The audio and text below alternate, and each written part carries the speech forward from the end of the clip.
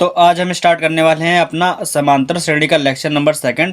पिछले वाले वीडियो में हम लोगों ने अनुक्रम यानी कि सीक्वेंस और सीरीज के बारे में जाना था।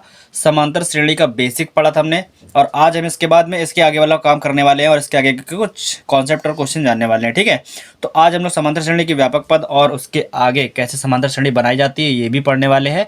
और लास्ट वाले लेक्चर में हमने जो पढ़ा था उससे भी रिलेटेड कुछ क्वेश्चन या फिर कुछ कॉन्सेप्ट करेंगे। ओके, जैसे हम लोगों ने लास्ट वाले लेक्चर में क्या किया था, कुछ नियम बनाए थे, यानी कि अनुक्रम को लिखा कैसे जाता है उसके लिए कुछ नियम होते हैं, है ना। तो उन नियमों से भी हमने सीरीज बनाई हुई थी। ठीक, तो अभी हमारे पास वैसे कह रहा है कि अनुक्रम के प्रथम 4 पद लिखने और एक नियम हमको दे रखा है ये, है ना। तो ये हमने एक इस टाइप का क्वेश्चन ले रखा है जैसा हमने कल किया भी था। तो इसको एक कर लेते हैं क्वेश्चन, फिर हम लोग समांतर श्रेणी में आगे बढ़ते हैं। समांतर श्रेणी हम लोगों ने कल पढ़ी भी हुई है, थोड़ा उसको भी देख लेंगे। ओके, तो देखो यहाँ पर क्या लिखा है, कह रहा है an बराबर 2 की पावर n माइनस 1 और प्रथम 4 पद पूछ रहा है, यानी कि n की बराबर n की जगह पर हम लोग क्या रखेंगे 1 2 3 और 4 रखेंगे तो हमको 4 पद मिल जाएंगे। तो यहाँ से हमारा a1 क्या आ जाएगा 2 की पावर 1 माइनस 1, यानी कि हो जाएगा 2 की पावर 1 से 1 कैंसिल 0, इसका वैल्यू 1 हो गया। अब a2 निकालो जरा, a2 में क्या होगा 2 की पावर n की जगह पे क्या रखोगे, n की जगह पे रखेंगे 2 माइनस 1, यानी कि 2 माइनस 1 1 हो जाएगा। तो 2 की पावर 1 का वैल्यू क्या होगा 1। ऐसे ही अब हम लोग a3 निकाल लेंगे, तो a3 क्या आ जाएगा हमारा 2 की पावर 3 माइनस 1, और 2 की पावर 3 क्या होता है 2 की पावर 3 माइनस 1 हमारा हो जाएगा 2, और 2 की पावर 2 का मतलब 4 हो गया, है ना। इस तरीके से अब हम लोग a4 का वैल्यू निकाल लेंगे, तो a4 का वैल्यू क्या आएगा a2 की पावर 4 माइनस 1, यानी कि 4 माइनस 1 कितना हो जाएगा 3, तो 2 की पावर 3 हो जाएगा।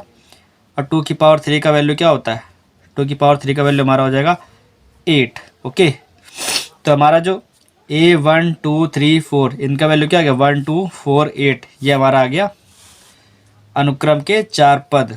ठीक है, तो हम लोग अनुक्रम कैसे लिखेंगे, हमारा जो अनुक्रम बना है वो क्या आया, वो आया हमारा 1 2 4 8। ठीक है, तो हमारा अनुक्रम इस टाइप का बना है। ओके, तो यही हमारा आंसर है। तो इस टाइप का हमने कुछ कॉन्सेप्ट कल भी पढ़ा था और इसके क्वेश्चन भी करे थे, तो वही आज हमने रिवाइज किया वापस से। ओके, तो अब हम लोग समांतर श्रेणी का कुछ क्वेश्चन करेंगे और समांतर श्रेणी में कुछ और भी इन्फॉर्मेशन इकट्ठा करेंगे, उसको जानेंगे, है ना। जैसे हमारे पास एक चीज़ दे रखी है, यहाँ पर कह रहा है कि समांतर श्रेणी हमको एक गिवन है, ये कह रहा है इसके लिए प्रथम पद और सार्वंतर बताओ। सार्वंतर आपको कल बताया गया है कि पहले और दूसरे पद के बीच का जो अंतर होता है, ठीक है, यानी कि किन्हीं भी दो पदों के बीच का अंतर, किन्हीं भी दो क्रमागत पदों के बीच का अंतर जो होता है वो क्या होता है सार्वंतर होता है ना। तो किन्हीं भी दो पदों का अंतर कर लेंगे सार्वंतर आ जाएगा। और पहला पद तो हमको सामने दिख रहा है, जो सबसे पहले लिखा वही पहला पद है ना। तो इस वाले क्वेश्चन को सॉल्व करेंगे तो पहला पद हमारा क्या आ जाएगा, पहला पद हमारा आ जाएगा 3/2। ओके, और अगर हम इसी में बात करें सार्वंतर की, ठीक है, सार्वंतर को हम लोग ज़्यादातर नॉर्मली किससे दिखाते हैं डी से दिखाते हैं, पहले पद को किससे दिखाते हैं ए से, है ना। तो सार्वंतर हमारा क्या आ जाएगा, ये दूसरा पद माइनस पहला पद करेंगे, है ना, a2 माइनस a1 करके ये तो हम लोग निकालते हैं सार्वंतर। तो a2 यहाँ पर कितना है 1/2 है, और a1 यानी पहला पद क्या है 3/2 है। ठीक है, इनका एलसीएम लेके सॉल्व करो जरा, जब सॉल्व करेंगे तो क्या निकलेगा हमारा, इन दोनों के बीच का अंतर कितना आ जाएगा, 2 एलसीएम ले लें यहाँ पर, तो 1 माइनस 3 लेस कर दो कितना आएगा, माइनस का 2/2 कैंसिल कर दिया तो आएगा 1। ओके, माइनस का, तो दोनों के बीच का जो अंतर है वो कितना निकला है 1 निकला है। ठीक है, दोनों के बीच का अंतर क्या निकला 1 निकला है। इस तरह अगर हम लोग 1/2 माइनस 1/2 करेंगे तो भी यही आएगा हमारा, है ना। तो जो हमारा अंतर है वो कैसा आ गया -1 आ गया। अगर ये फिक्स मान लो, अगर सार्वंतर फिक्स नहीं होता है, आपको कोई डाउट हो तो आगे के दो पदों का भी अंतर निकाल सकते हैं हम लोग। ठीक है, जैसे a3 माइनस a2 करके भी निकाल सकते हैं। a3 हमारा क्या माइनस का 1/2 है, माइनस a1 a2 क्या है 1/2। अब इसको सॉल्व करोगे तो 2 एलसीएम आएगा, ऊपर -1 फिर -1, यानी कि माइनस का 2 अपॉन में 2 हो गया, काट दो क्या आ गया माइनस का 1। तो देखो सार्वंतर हमारा हर बार सेम आएगा, है ना। अगर सार्वंतर सेम है इसका मतलब ये सही है। ठीक, तो हमारी ये समांतर श्रेणी है, तो पहला पद और सार्वंतर ये हमारा आ गया। तो हमारा इस टाइप का एक क्वेश्चन भी हो गया है ना। सारवंतर कैसे निकाला है तो समझ गए। पिछले वाले पद में से आगे वाला पद को घटा देते हैं, ठीक है। अब देखो क्या करेंगे। अब हमारे पास क्या है, एक कॉन्सेप्ट है, क्या कह रहा है, अगर A B C R N A P यानी कि ये तीनों किस में हो, समांतर श्रेणी में हो, तब तब समांतर श्रेणी का एक कॉन्सेप्ट होता है। कैसे, देखो ध्यान से। अगर ए बी सी डी करके ऐसे बहुत सारे पद हैं जो कि किस में हो, समांतर श्रेणी में हो, किसमें, ए पी में हो, तो क्या होता है, एक कॉन्सेप्ट होता है कि तीन क्रमागत कोई भी पद, कोई भी तीन क्रमागत पदों की बात हो रही है, जैसे हमने ए बी और सी ले लिया, इसी के आगे बी सी डी भी हो सकते हैं। कोई तीन क्रमागत पदों के लिए एक नियम होता है समांतर श्रेणी में, वो क्या होता है कि जो बीच वाला पद होता है उसका दुगना यानी कि 2b ये बराबर होता है पहले और तीसरे वाले पद के योग के बराबर होता है। 2b बराबर a प्लस सी होता है। अगर मान लो हम लोग यहाँ इन तीनों के लिए ना करते, ये काम इन तीनों के लिए कर रहे होते, ये तीन क्रमागत पर हमने ए बी सी ले लिए थे, अगर हम लोग तीन क्रमागत पर बी सी डी ले लेते तो 2c बराबर b प्लस डी होता है ना। किन्हीं भी तीन क्रमागत पदों के लिए ये रूल जो है समांतर श्रेणी में बना हुआ है कि 2b बराबर a प्लस सी होता है, यानी कि बीच वाले पद का दुगना पहले और आखिरी वाले पद के योग के बराबर होता है। इसी चीज़ को हम लोग एक सेकंड मेथड से भी लिख सकते हैं। कैसे, जैसे हमारा पास 2b है ना, तो इसको b प्लस बी करोगे और यहाँ पर a प्लस सी है, तो यहाँ का c इधर ले आओ और एक b उधर भेज दो, तो यहाँ पर आ जाएगा b माइनस सी बराबर a माइनस बी। इस b को उधर लेगा, c को उधर ले आया, तो हम लोग इसको एक और तरीके से लिख सकते हैं। वो तरीका हमारा ये है। जब हम लोग क्वेश्चन करेंगे ना तो हमको ये तरीका बहुत काम आएगा, एक ये वाला और ये वाला तो काम आएगा ही आएगा, है ना। तो इन दोनों मेथड को ध्यान रखना, क्योंकि इस पे डिपेंडेंट एक क्वेश्चन भी बताते हैं। देखो है, इस पे डिपेंडेंट क्वेश्चन क्या है वो जानो जरा। ये देखो क्वेश्चन क्या लिखा है, के किस मान के लिए, कह रहा है के किस मान के लिए के प्लस 9 2k माइनस 1 और 2k प्लस 7 समांतर श्रेणी के क्रमागत पद हैं। इसने तीन पद दे दिए, k प्लस 9 2k माइनस 1 और 2k प्लस 7, है ना। तो k प्लस 9 ये हमारा पहला पद हो गया, ठीक है। 2k माइनस 1 ये हमारा दूसरा पद हो गया और 2k प्लस 7 ये हमारा तीसरा पद हो गया। अब हम लोग क्या करेंगे, इन तीनों पदों को, अभी हमने जो कॉन्सेप्ट पढ़ा हुआ है, तीन अगर क्रमागत पद दिए हुए हैं तो उसका मतलब क्या होता है, बीच वाले पद का दुगना, है ना, यानी कि 2 गुणे 2k माइनस 1 बराबर a प्लस सी यानी पहला और आखिरी पद का योगफल k plus 9 plus 2k plus 7, ये हो जाएगा। इसको हल करके हम लोग k का मान निकाल सकते हैं, ठीक है। यहाँ पे लिखोगे चूंकि ये तीनों पद किस में है, यहाँ पे लिखोगे इन ए पी, ये तीनों पद किस में, ए पी में, इसलिए ये वाला कॉन्सेप्ट हम लोगों ने लगाया है, ठीक। इस तरीके से लिख करके कर सकते हैं। अब इसको हल करो जरा, करो 4k इस 2 का अंदर मल्टीप्लाई करो माइनस 2 बराबर ये हमारा k और 2k कितना हो गया 3k, 9 और 7 16, 3k इधर ले आओ 2 इधर ले जाओ, तो ये हमारा हो जाएगा k और 2 उधर जाकर क्या हो जाएगा 16 में 2 ऐड कर दो 18, तो k का मान कितना आ गया 18 आ गया।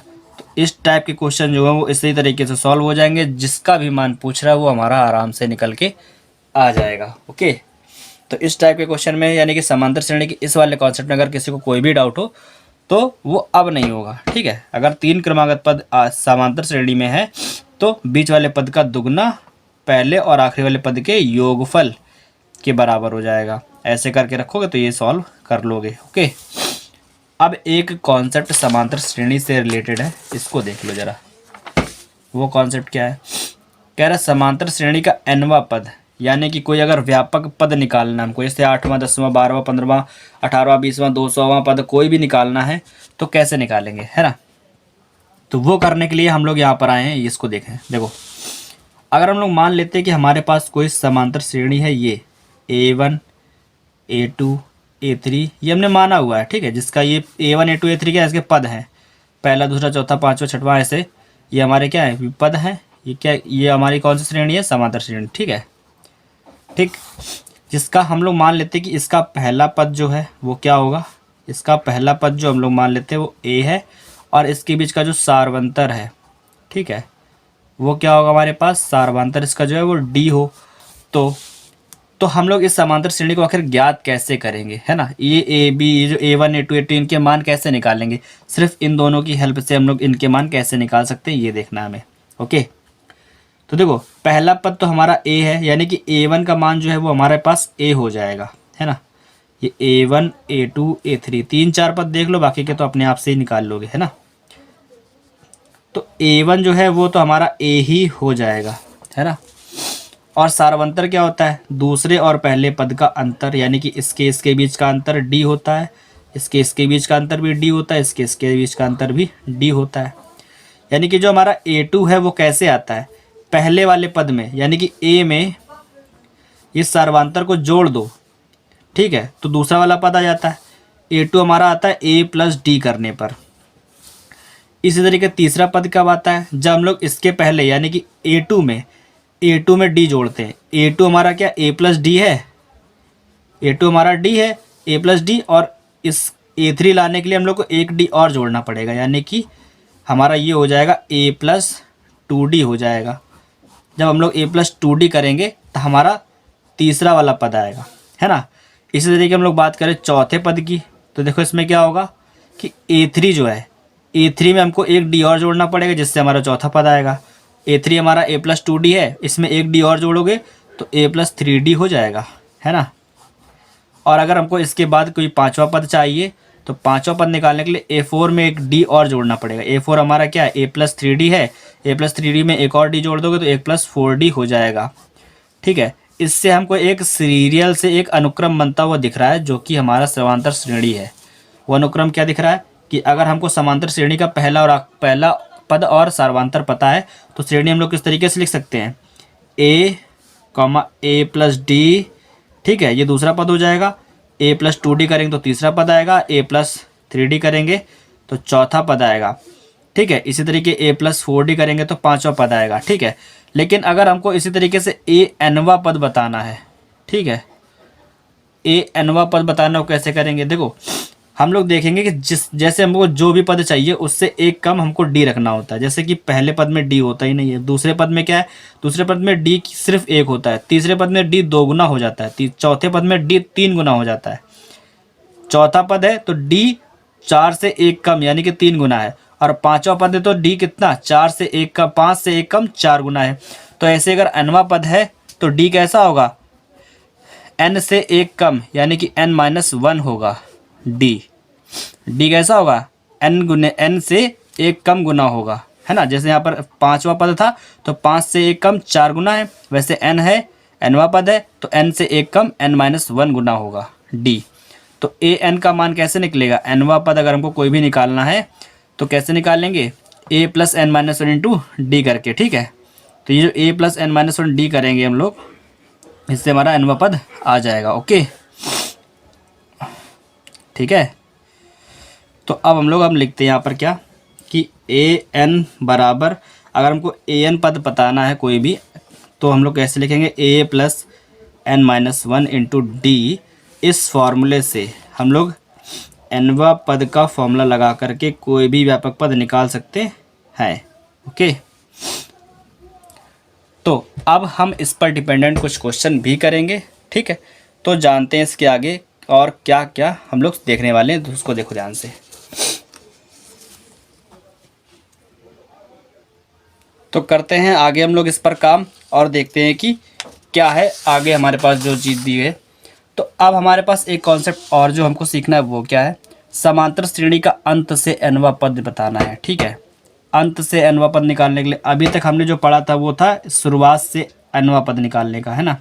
यानी कि अगर हमको पहला पद A पता है तो शुरुआत से लेकर के अगर हमको Nवा पद बताना है, ठीक है, तो उसके लिए हम लोग क्या कर रहे थे कि पहले पद में N-1 इंटू डी को जोड़ रहे थे। यहाँ पर देखो प्लस का साइन है, यानी कि जोड़ रहे थे, ठीक, जब हमको शुरुआत से Nवा पद निकालना था, ठीक है। और इसी तरीके अगर अंत से Nवा पद बताना है तो अगर हम मान ले कि हमारे पास जो अंतिम पद है, ठीक है, अंतिम पद हमारे पास अगर L है, ठीक है, तो हमको अंतिम पद बताने के लिए पता है क्या करना पड़ेगा, अंत से Nवा पद, यहाँ लिखो अंत से Nवा पद। अगर हमको ये बताना है ना तो क्या करेंगे, ये जो ए में हम लोगों ने क्या किया था, N minus one into D को जोड़ा था, तब शुरुआत से एनवा पद आया था। अगर हम लोग एल यानी कि अंतिम पद में से N minus one into D को घटा दें तो हमको अंत से एनवा पद मिल जाएगा, है ना। अगर हम लोग एल से यानी अंतिम पद से N minus one into D को घटा दें तो हमको अंत से एनवा पद मिल जाएगा।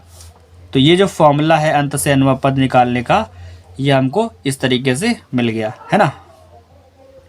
तो इसको हम लोग अब ध्यान रखेंगे और इसके अनुसार हम लोग सारे क्वेश्चन जो भी आने वाले हैं उनको सॉल्व करेंगे। जिन बच्चों को ये आता है अच्छी बात है, जिनको नहीं आता उनके लिए और भी अच्छी बात है, उनको सीखने को मिलेगा, ठीक है। तो अब चलते हैं हम लोग आगे और देखते हैं, कुछ क्वेश्चन दिए हैं जो कि इस पर डिपेंड है।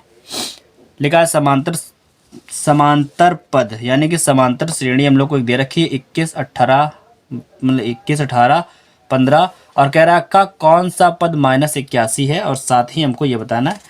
देखो ये क्वेश्चन थोड़ा अच्छा है तो हम लोग इसको पहले बाद में करेंगे। एक बेसिक क्वेश्चन ज़रा देख लो। ये पहला क्वेश्चन हमने ले रखा है, समांतर श्रेणी हमको एक गिवन है और कह रहा है कि 10वां पद ज्ञात करके बताओ। जो हमने अभी कॉन्सेप्ट पता है, कह रहा है शुरुआत से nवां पद यानी कि 10वां पद बताना हमको यहाँ पर है। तो हम लोग फॉर्मूला जानते हो कौन सा लगाएंगे, ठीक।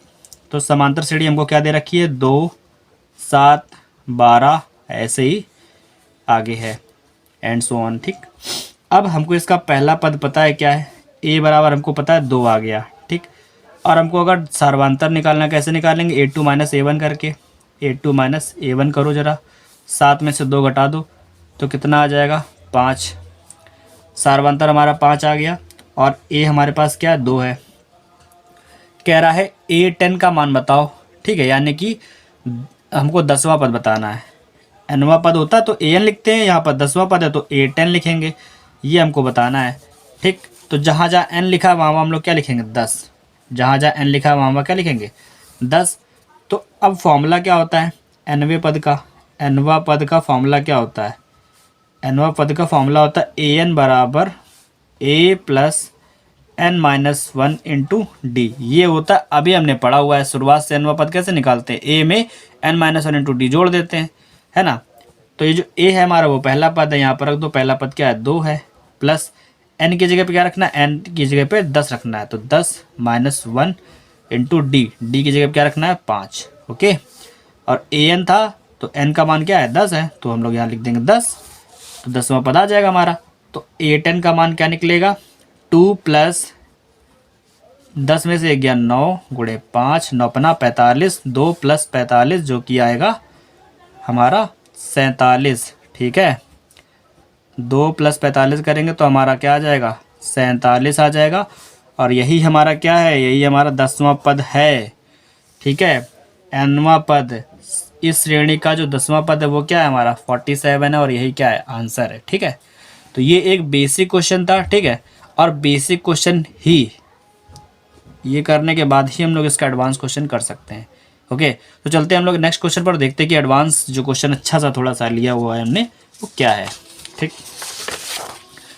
अब उसने क्वेश्चन को बस थोड़ा सा घुमाया है, कह रहा है कि समांतर श्रेणी हमको एक दे रखी है, लेकिन उसने पूछ लिया कौन सा पद -81 है, ठीक है। और साथ में एक क्वेश्चन और भी पूछ रहा है, साथ ही क्या इस AP का यानी कि समांतर श्रेणी का कोई पद शून्य है। यानी कि उसने 2 क्वेश्चन पूछे, 81 कौन सा पद है और शून्य भी कह रहा है कि 0 जो है वो कौन सा पद है। ये उसने 2 क्वेश्चन एक साथ पूछ लिए, ठीक है। तो देखो समांतर श्रेणी हमारे पास क्या है, क्या 21 18 और 15 है ना। और उसने पूछ दिया है कि कौन सा पद -81 है, यानी कि हमको an का मान दे रखा है, ठीक है। और श्रेणी हमारी ये है। हमको पहला पद जो कि पता है 21 है ना। डी हमको पता है 18 में से 21 घटाएं कितना आएगा, a2 माइनस a1 करके निकालेंगे, है ना। 18 माइनस 21 करेंगे तो कितना आएगा 3, ठीक, वो भी माइनस का। तो डी का मान हमको क्या मिल गया, डी का मान मिल गया -3, ठीक है। और an का मान हमको पता है -81 है, कितना है -81, an का मान है -81। तो इन 3 चीज़ों का यूज़ करके, ठीक, इन 3 चीज़ों का यूज़ करके हम लोग n का मान निकालेंगे, क्योंकि उसने पूछा कौन सा पद, तो कौन सा पद मतलब जो n लिखा है ना n, इस n का मान बताना है, ओके। तो nवां पद का फॉर्मूला क्या होता है, nवां पद यानी कि ए एन बराबर होता है A plus N minus one into D. Okay, A N की जगह पे क्या रखेंगे, माइनस का 81 बराबर ए की वैल्यू क्या 21 है, plus N minus one, N की जगह पे हमको कुछ भी नहीं रखना क्योंकि एन को निकालना है। ठीक है, डी की जगह पे क्या रखना है, माइनस का 3 रखना है, रख दो। माइनस का 81 बराबर 21 प्लस, देखो -3 का अंदर मल्टीप्लाई कराओगे तो -3 का जब 1 में कराओगे तो प्लस का 3 हो जाएगा, -3 का n में कराओगे तो माइनस का 3n हो जाएगा, है ना। अब हम लोग क्या करेंगे, संख्या को जोड़ करके इधर भेज देंगे। 21 में 3 जोड़ो 24, 24 इधर ले आओ, माइनस का 81 और इधर आकर के माइनस का 24 हो जाएगा। यहाँ पर है माइनस का 3n। 21, 81 और 24 जोड़ो कितना हो जाएगा हमारा 105 माइनस का, यहाँ पर आया माइनस का 3n, माइनस से माइनस खत्म, 3 से काटो इसको, 3 त्रिका 9, 3 पचे 15, n बराबर कितना आया 35 आया, है ना। यहाँ से हमको n का मान कितना मिल गया, n का मान मिल गया हमको 35। ठीक है, तो ये जो n का मान 35 आया ये हमारा क्या आंसर है। इसका मतलब क्या है कि जो 35वां पद है वो हमारा माइनस का 81 होगा, है ना। क्वेश्चन में ये पूछ रहा था ना कि कौन सा पद -81 है, तो आंसर क्या आया 35वां पद जो है -81 होगा। अब उसने हमसे एक क्वेश्चन और पूछा था कौन सा पद इसका शून्य है, यानी कि उसने फिर से कह दिया कि अगर an का मान 0 हो तो बताओ n क्या है। ठीक है, अभी an का मान -81 था तो हमसे n पूछ रहा था, अब an का मान 0 है तो n का मान बताओ। ठीक, पहला पद वही है क्या 21 और सर्वंतर हमारा माइनस का 3 है, बस an चेंज हो गया। ठीक है, तो an का फॉर्मूला होता है a plus N minus one into D. an का मान कितना 0 है, पहला पद हमारा 21 था 21 रख दो, प्लस n नहीं पता है n हमको निकालना है, और d का मान कितना है माइनस का 3 है, रख दो।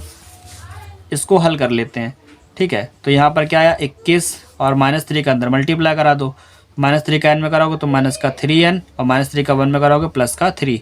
21 में 3 जोड़ दो 24 आएगा, माइनस का 3n को इस तरफ ले आओ तो प्लस का 3n हो जाएगा, बराबर में 24 आया, 3 अट्ठे 24, n का मान कितना आया 8, n का मान आ गया 8। इसका मतलब क्या है कि जो इस श्रेणी का 8वां पद होगा उसका मान 0 होगा, और इस श्रेणी का जो 35वां पद होगा उसका मान माइनस का 81 होगा। ठीक है, तो ये जो दो क्वेश्चन एक ही में पूछे गए थे उन दोनों का आंसर हमने इस तरीके से बता दिया, और बोर्ड एग्जाम में इस तरीके के क्वेश्चन आने की बहुत ज़्यादा संभावना है क्योंकि आते ही रहते हैं जो कि, और अगर इस टाइप का क्वेश्चन आपको आता है तो जाहिर सी बात है कि बोर्ड एग्जाम में कोई भी क्वेश्चन आप छोड़कर नहीं आओगे, है ना। और बोर्ड एग्जाम के लेवल से अगर क्वेश्चन की तैयारी करोगे तो जाहिर सी बात है बोर्ड में कोई भी पेपर नहीं छूटेगा। अगर इसी तरीके से पढ़ते रहे तो आगे चल के हम बोर्ड एग्जाम के पेपरों की तैयारी करने के लिए स्ट्रैटेजी भी बताएंगे जो कि बहुत कारगर है, मैंने भी फॉलो करी थी अपने ज़माने में, और भी बच्चों को बताइए, उनके भी अच्छे अच्छे नंबर आते हैं। तो आप भी अगर फॉलो करोगे तो आपके भी नंबर अच्छे आ सकते हैं। ठीक है, तो जो आज पढ़ाया उस पर ध्यान देना, उसको पढ़ना अच्छे से। आज के लिए सिर्फ इतना ही रहेगा, बाकी हम लोग कल वाले लेक्चर में करेंगे। लेक्चर थोड़ा छोटा है, छोटा बनाने की कोशिश कर रहे हैं क्योंकि ज़्यादा बड़ा बनाने में प्रॉब्लम होती है, समय नहीं मिल पाता, इसलिए आप लोगों को जितना मिल पा रहा है उतने में ही पढ़ने की कोशिश करें, समझने की कोशिश करें और लगातार कुछ ना कुछ सीखते रहें। ठीक है, तब तक के लिए गुड बाय, टेक केयर।